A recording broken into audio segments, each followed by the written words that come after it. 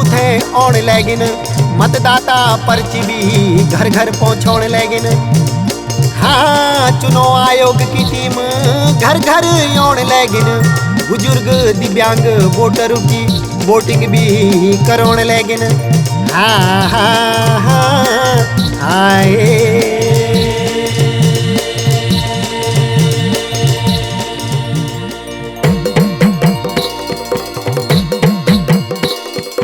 चला भाइयों वोट देना जयोला। 19 अप्रैल फर्जी पुड़ निभाना वे बहनों, लोभ लालच में तुम के कानाया, बटन अपनी पसंद को दबाया वे बहनों।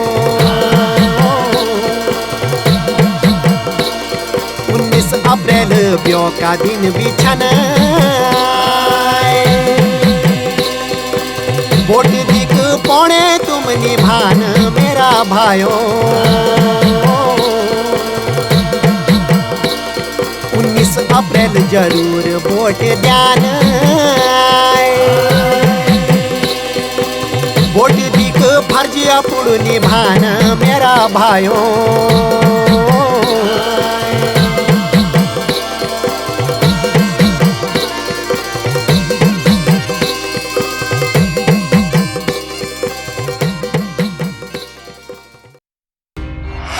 आपके और करीब आया Prime News. primenewslive.com, YouTube, Jio TV, MX player,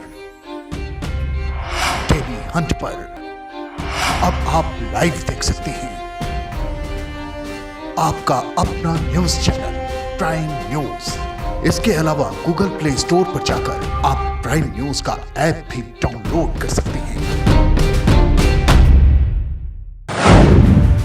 सच और झूठ, सही और गलत, मतलब और बेमतलब, सब समझते हैं हम।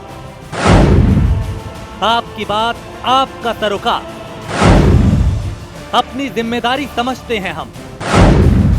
प्राइम न्यूज पर है आपका भरोसा, भरोसा बनाए रखना जानते हैं हम। ये है प्राइम न्यूज, क्योंकि सच जरूरी है। आपके और करीब आया Prime News. primenewslive.com, YouTube, Jio TV, MX Player, Tele Hunt पर अब आप लाइव देख सकते हैं आपका अपना न्यूज चैनल प्राइम न्यूज। इसके अलावा गूगल प्ले स्टोर पर जाकर आप प्राइम न्यूज का ऐप भी डाउनलोड कर सकते हैं। सच और झूठ, सही और गलत, मतलब और बेमतलब, सब समझते हैं हम। आपकी बात, आपका सरोकार, अपनी जिम्मेदारी समझते हैं हम। प्राइम न्यूज पर है आपका भरोसा, भरोसा बनाए रखना जानते हैं हम। ये है प्राइम न्यूज, क्योंकि सच जरूरी है। आपके और करीब आया Prime News. primenewslive.com, YouTube, Jio TV, MX Player, Tele Hunt पर अब आप लाइव देख सकते हैं आपका अपना न्यूज चैनल प्राइम न्यूज। इसके अलावा गूगल प्ले स्टोर पर जाकर आप प्राइम न्यूज का ऐप भी डाउनलोड कर सकते हैं। सच और झूठ, सही और गलत, मतलब और बेमतलब, सब समझते हैं हम। आपकी बात, आपका सरोकार, अपनी जिम्मेदारी समझते हैं हम।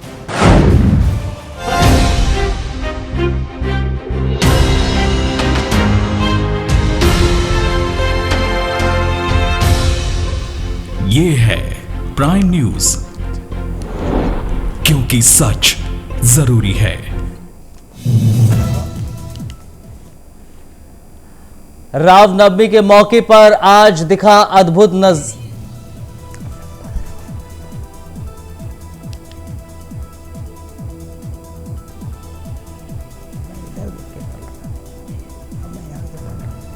रामनवमी पर रामलला ने किया सूर्य तिलक। 4 मिनट तक दिखा अद्भुत नजारा, भक्तों ने लगाए जय श्री राम के नारे।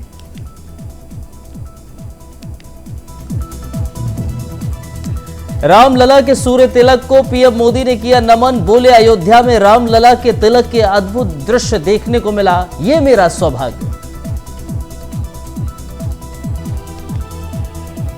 मुख्यमंत्री योगी आदित्यनाथ ने कन्या पूजन कर नवरात्र अनुष्ठान को किया पूरा, बोले भगवान राम जैसा जीवन जीने की प्रेरणा देता है।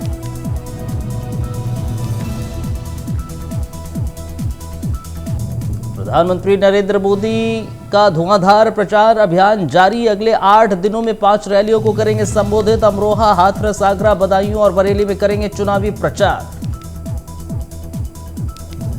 पहले चरण के चुनाव प्रचार का थमा शोर, 102 लोकसभा सीटों के लिए 19 अप्रैल को डाले जाएंगे वोट। यूपी की 8, उत्तराखंड की 5 सीटों पर होगा मतदान।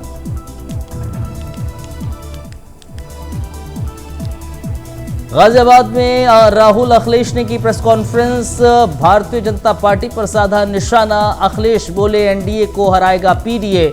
अमेठी से चुनाव लड़ने पर बोले राहुल, कहा पार्टी जो फैसला लेगी वो है मंजूर।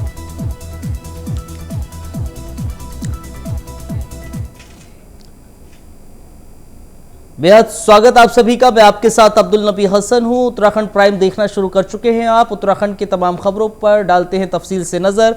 हल्द्वानी में मुख्यमंत्री पुष्कर सिंह धामी ने रोड शो करते हुए कहा है कि इस बार का चुनाव ऐतिहासिक है और पूरे देश में एक ही बात हो रही है कि पीएम मोदी तीसरी बार प्रचंड बहुमत से देश के पीएम बनने वाले हैं।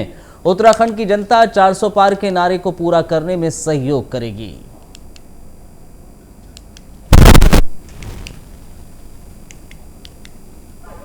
जो 500 वर्षों से अपने घर के बाहर थे, इस बार का अपना जन्मदिन, इस बार का अपना बर्थडे अपने महल में मना रहे हैं।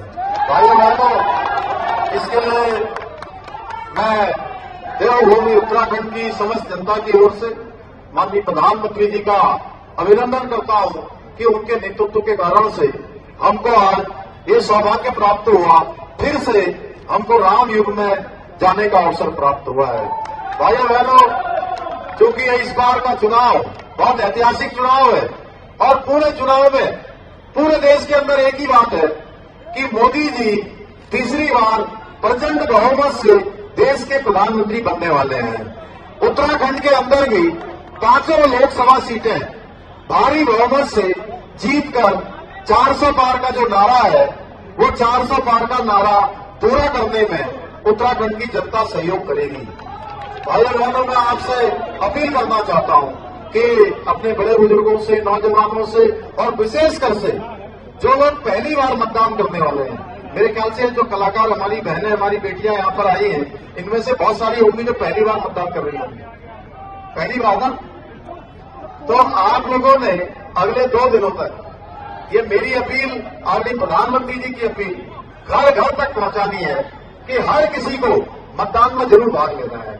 हमको उत्तराखंड के अंदर इस बार पूरे हिमालय राज्यों में एक रिकॉर्ड बनाना है कि हम लोगों ने, पूरे उत्तराखंड के लोगों ने इस लोकतंत्र के महायज्ञ को एक उत्सव के रूप में मनाया है और प्रचंड रूप से मतदान किया है। ऐतिहासिक रूप से मतदान करके ऐतिहासिक विजय यहां से हमने दिलानी है। एक हमारा बड़ा जो प्रचार रूपी जो महायज्ञ था, वो महायज्ञ यहाँ पर अभी पूरा होता है। लोकतंत्र का महायज्ञ हमारा 19 तारीख को पूरा होगा और 4 जून को जब रिजल्ट निकलेगा, जिस प्रकार का ये उत्साह था, उल्लास था, मैं समझता हूँ कि ये हमारा प्रधानमंत्री जी को शपथ लेते हुए देखेंगे, भारत को तीसरी दुनिया की बड़ी महाशक्ति बनते हुए देखेंगे, सशक्त भारत, समृद्ध भारत, शक्तिशाली भारत और दुनिया का नेतृत्व करने वाला भारत और दुनिया का सिरमौर भारत माननीय प्रधानमंत्री मोदी जी के नेतृत्व में तीसरी बार बनेगा। मोदी जी के हृदय में उत्तराखंड बसता है। भाइयों बहनों, आपने देखा होगा हर एक मौके पर उन्होंने हमेशा उत्तराखंड का जिक्र किया है, हमेशा उत्तराखंड का जिक्र किया है। अब हमारी बारी है कि मोदी जी को प्रचंड बहुमत से हमने यहां से जिताकर भेजना है। जिताकर भेजेंगे ना? अरे दोनों हाथ से नहीं है।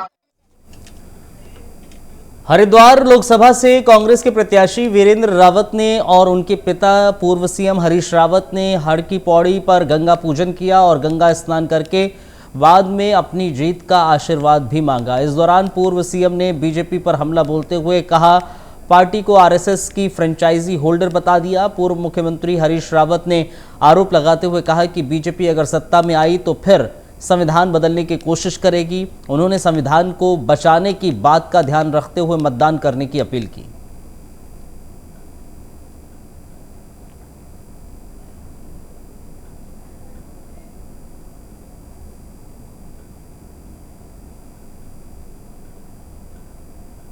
चरण में है, मैं गंगा माँ की शरण में आया हूँ। मैंने कहा, हे माते, ये बता कि हमने निरंतर परिश्रम किया उत्तराखंड के लिए, यहाँ के विकास के लिए, यहाँ के लोगों की सेवा के लिए। और सब लोग आज भी कहते हैं कि 2014, 15, 16 में जो सरकार थी, उस सरकार की नीतियों के, उनके कार्यक्रमों की लोग प्रशंसा करते हैं। हमने अपने दरवाजे हमेशा सेवा के लिए, लोगों के लिए खोल करके रखे, लेकिन 2017 में एक झूठ बोल करके परिणाम को हाईजैक कर लिया गया। फिर हमने परिश्रम किया विपक्ष के रूप में, यहाँ की जनता की आकांक्षाओं को उठाया, संघर्ष किया और उस संघर्ष का परिणाम भी फिर ढाक के 2 पात। एक जादूगर आया, एक झूठ गढ़ा और सारी पार्टी ने उस झूठ को बोला और उसके जरिए उन्होंने 2022 का परिणाम भी हाईजैक कर लिया और हम लोग चुनाव में पराजित हो गए। और क्योंकि उस समय मैं अभियान समिति का चेयरमैन था, मेरे नेतृत्व में चुनाव लड़ा जा रहा था, मेरे लिए ये बड़ा गहरा आघात है। मैं बहुत दुखी हूँ, मेरे हृदय में कई घाव इस घटना से, इन दोनों घटनाओं से लगे हैं। एक अच्छी सरकार चलाते हुए भी जिस तरीके के परिणाम मिले और उसके बाद एक अच्छे विपक्ष के रूप में अपना कर्तव्य पूरा करने के बाद भी जिस तरीके के परिणाम झेलने पड़े, वो निश्चित तौर पर किसी भी समाज सेवक के लिए, किसी राजनीतिक व्यक्ति के लिए एक बड़ा आघात है। उत्तराखंड बीजेपी के प्रदेश प्रभारी दुष्यंत गौतम ने चुनाव प्रचार के आखिरी दिन बीजेपी की जीत का दावा किया। दुष्यंत गौतम ने सरकार के तमाम विकास कार्यों को गिनाते हुए कहा, जनता उनके पक्ष में वोट करे। इस दौरान उन्होंने फिर से बीजेपी के प्रदेश की सभी सीटों पर जीत हासिल करने का दावा किया। दुष्यंत गौतम ने कहा, विपक्ष के पास कोई मुद्दा नहीं है और वो नेतृत्व विहीन है। दरअसल उत्तराखंड में पहले चरण में सभी 5 सीटों पर आने वाली 19 अप्रैल को मतदान होना है।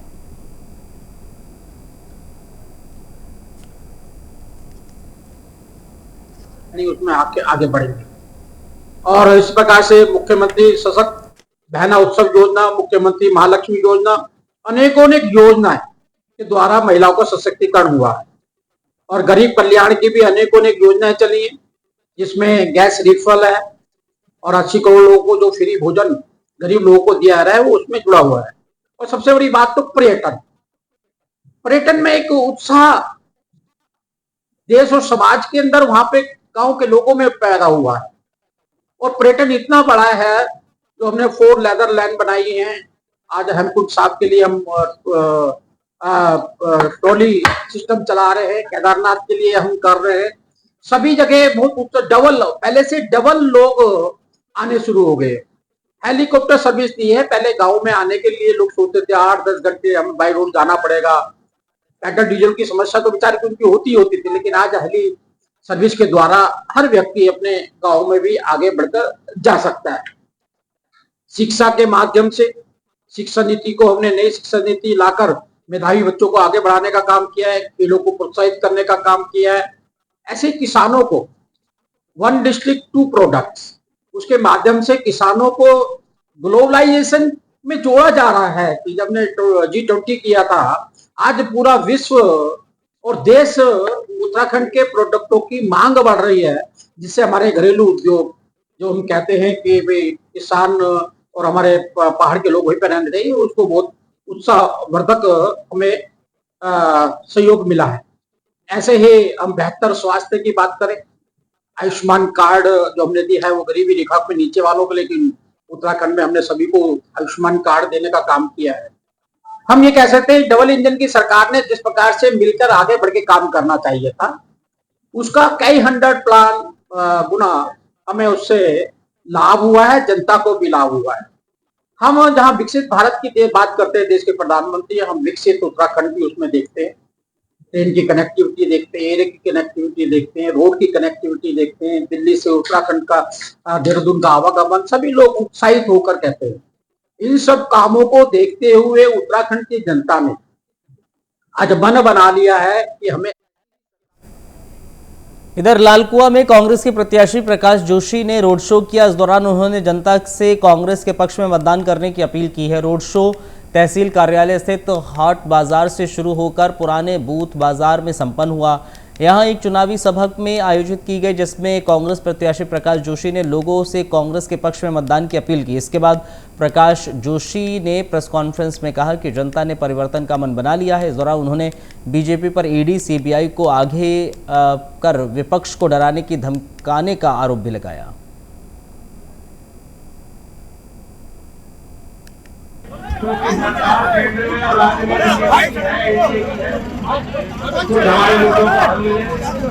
दूसरा, बीजेपी ने लोकदल के साथ समझौता इसलिए किया है कि राजनीतिक सहयोग लोकदल का इनको मिले। जहां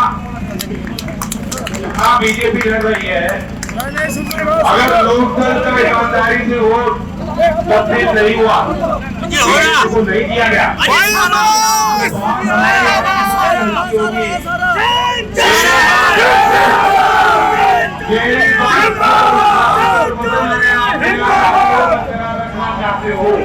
कल को मुझे और संजीव जी को लड़ाई लड़नी पड़ेगी यहाँ के लिए। आपकी लड़ाई नौजवानों की, जो हमारे नौजवान भर्ती करना चाहते हैं, भर्ती होना चाहते हैं, नौकरी चाहते हैं, सेना में होना चाहते हो, क्षेत्र में हो, जो हमारे किसान अपने उचित मूल्य की लड़ाई लड़ते आए। यहाँ जो विकास की बात है, अगर आप चाहते हो कि संजीव जी और मैं साथ मिलकर इस क्षेत्र में एक नई रास्ते को, एक नई रास्ता को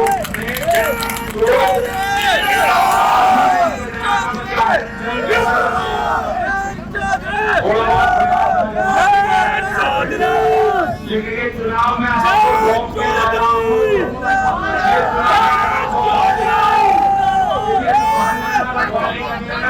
और 19 तारीख में संसद भवन में मेरे साथ इनको खड़ा कर देना एक बार फिर, क्योंकि सरकार केंद्र में और राज्य में हमारे मुद्दों को हल मिले। दूसरा, बीजेपी ने लोकदल के साथ समझौता इसलिए किया है कि राजनीतिक सहयोग लोकदल का इनको मिले। जहां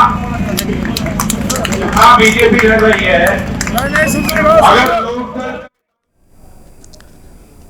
उत्तराखंड समानता पार्टी के पदाधिकारी और गढ़वाल लोकसभा प्रत्याशी विनोद कुमार शर्मा ने कोटद्वार के रिलैक्स होटल में एक प्रेस कॉन्फ्रेंस का आयोजन किया। इस दौरान पार्टी के राष्ट्रीय अध्यक्ष वीके बहुगुणा ने उत्तराखंड में चुनाव निष्पक्ष लड़ने की बात करी। वहीं वीके बहुगुणा ने सभी राष्ट्रीय दलों पर देवभूमि उत्तराखंड का विकास नहीं कराने का आरोप लगाया। साथ ही उन्होंने समानता पार्टी के सभी पदाधिकारी भारत सरकार और राज्य सरकार के अलग अलग विभागों में अपनी सेवा देने और मिलकर ये पार्टी बनाने की बात कही।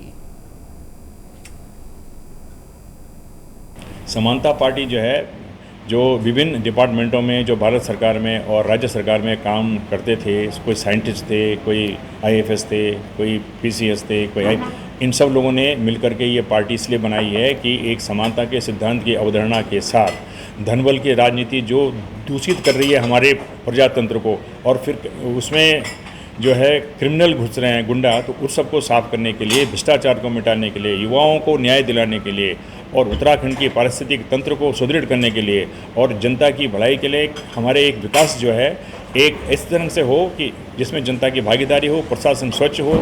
इसलिए समानता पार्टी का गठन किया गया है और हमने 2 कर्मठ लोगों को उतारा है ताकि जनता हमको जाने कि हम इस लोकसभा चुनाव में क्यों उतरे हैं।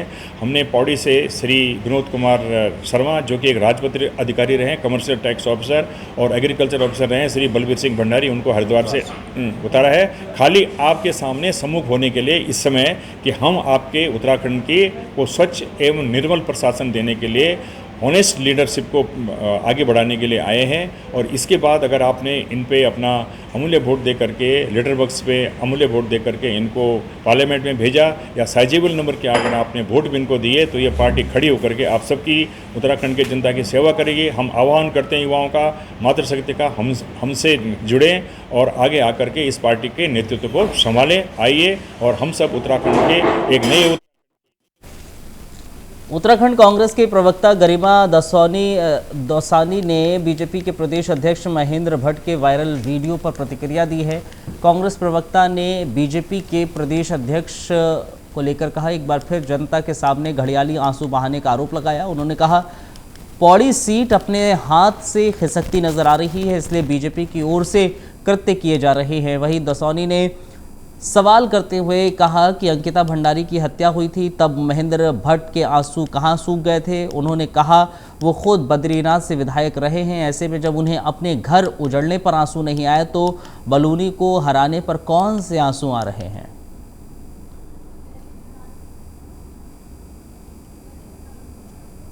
क्रिया चरित्र के लिए तो भारतीय जनता पार्टी के नेता फेमस हैं, यही तो उनका चाल चरित्र चेहरा है।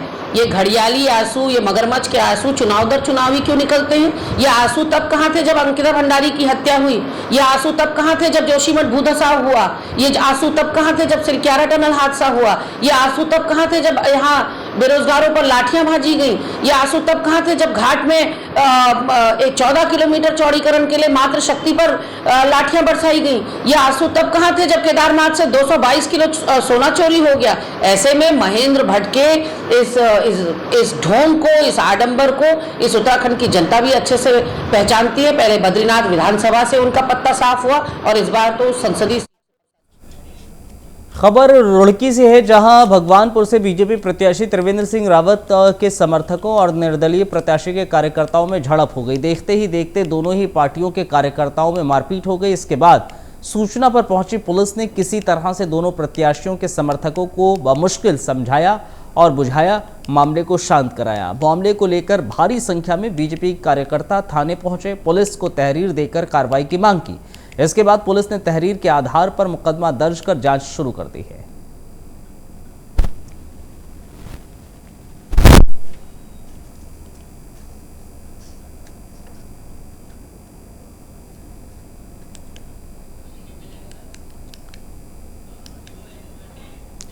दिनेशपुर में चैत्र नवरात्र के अवसर पर दुर्गा मंदिर में चल रही बसंती पूजा के चौथे दिन महानवमी पूजा में मां दुर्गा के 9वें स्वरूप की पूजा की गई।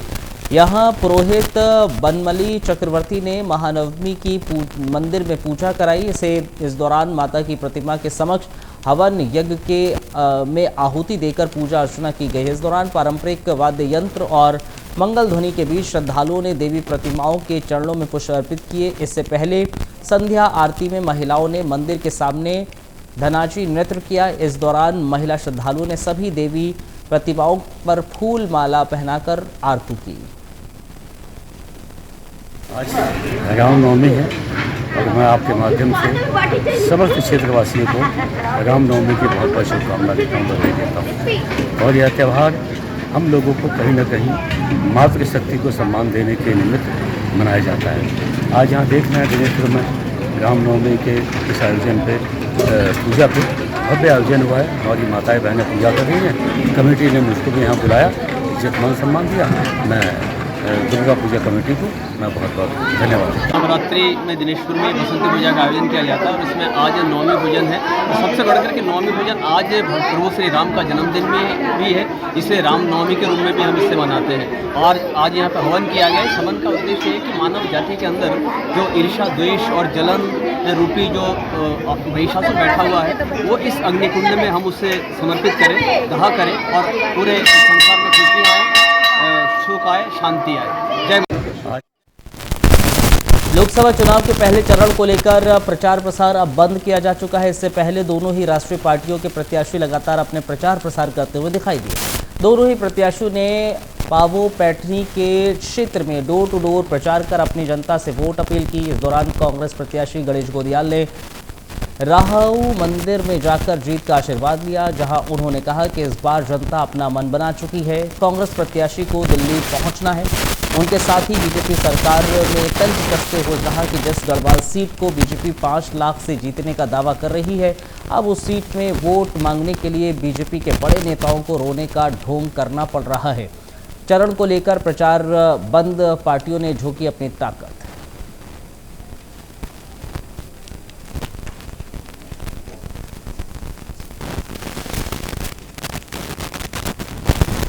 ये तो लोकतंत्र है, उन्हें भी पूरी जोर आजमाइश करनी चाहिए और हम पर भी जितनी सामर्थ्य है अपनी अपनी ताकत सभी लगाते हैं। उनकी ताकत सभी लोग जानते हैं कि उनके पास पैसे की शक्ति है और पैसे की शक्ति से वो जो भी अपने कार्यक्रम चला रहे हैं सिर्फ और सिर्फ पैसे की शक्ति है। और मेरे पास जन शक्ति है, मेरे पास जन समर्थन है, मेरे पास आम उस गरीब व्यक्ति का समर्थन है जो अपने। सितारगंज नगर पालिका के पूर्व नगर पालिका चेयरमैन हाजी अनवर अहमद ने कांग्रेस से इस्तीफा दे दिया है। दरअसल कुछ दिनों पहले ही हाजी अनवर अहमद कांग्रेस में शामिल हुए थे। अपने निवास पर जानकारी देते हुए बताया कि वो निजी कारणों और लोकल लीडरशिप की होर्डिंग्स में मुस्लिमों की फोटो नहीं लगाने से आहत हाजी अनवर अहमद ने कांग्रेस को अलविदा कह दिया है। हाजी अनवर अहमद 2 बार नगर पालिका के अध्यक्ष और रहे हैं। इनकी पत्नी परवीन बेगम भी 1 बार नगर पालिका के अध्यक्ष रह चुकी हैं। इसके साथ ही आने वाले निकाय चुनाव पर कहा उन्होंने कि मेरा मन अब चुनाव लड़ने का नहीं है, अगर जनता चाहेगी तो निर्दलीय चुनाव मैं लड़ सकता हूँ।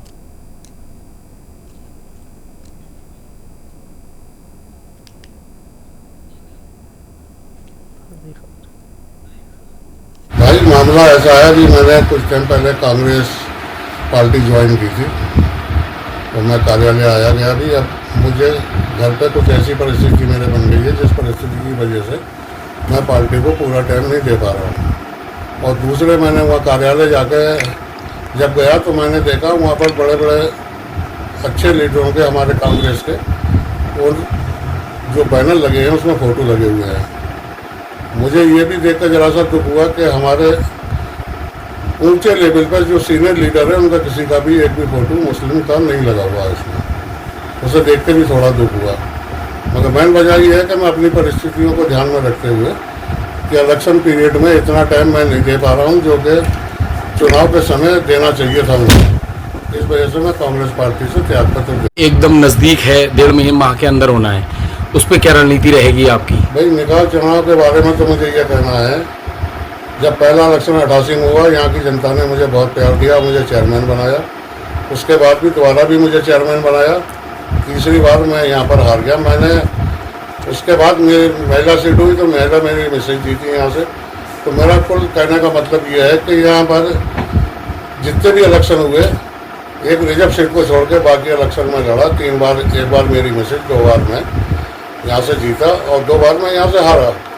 तो मुझे यहाँ की जनता पे बड़ा नाज है, बड़ा फक्र है और मैं यहाँ की जनता का बहुत बहुत शुक्रिया अदा करना चाहता हूँ जिन्होंने मुझे 3 बार यहाँ का सेवा करने का मौका दिया। उसके लिए मैं यहाँ की जनता को धन्यवाद करता हूँ। अब रह गया आगे भविष्य का सवाल। अब भविष्य का तो ऐसा है, मेरी परिस्थितियाँ जैसी होंगी, क्योंकि आज तक मैंने अपना खोया है, ना कि पब्लिक से मैंने। चलिए इस बुलेटिन में फिलहाल इतना ही। एक छोटा सा ब्रेक के उस पार खबरों का सिलसिला जारी है।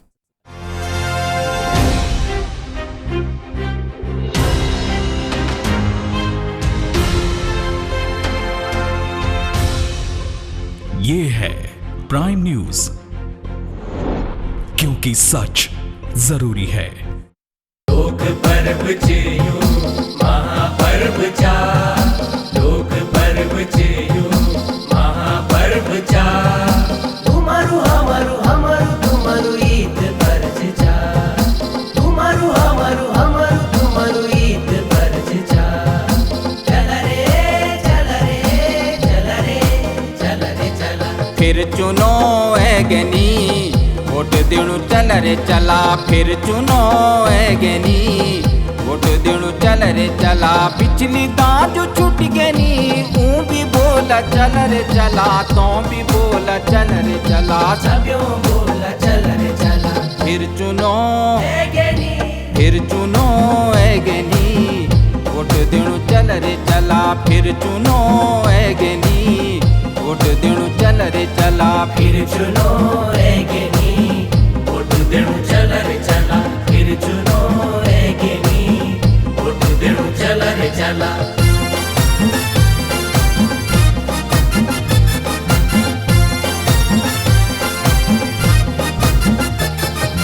ताना सयणा ट्वान छोरो टक लगे कि सुनी ल्यान, टक लगे कि सुनी ल्यान, टक लगे कि सुनी ल्यान। वोटर कार्ड तैले की वोट देणु जरूर जाने, वोट देणु जरूर जान, वोट देणु जरूर जान। हमारो ची अधिकार यो वोट देणु चल रे चला, हमारो ची अधिकार यो वोट देणु चल रे चला। फिर चुनो एगनी वोट देणु चल रे चला, फिर चुनो एगनी वोट देणु चल रे चला।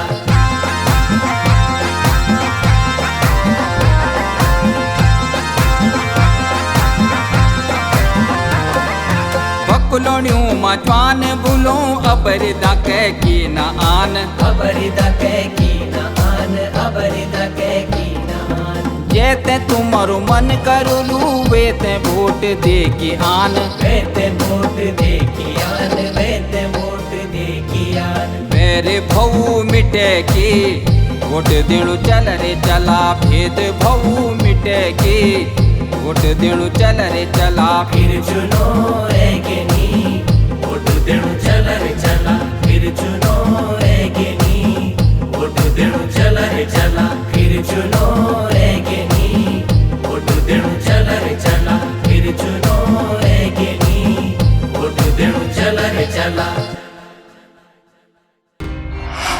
आपके और करीब आया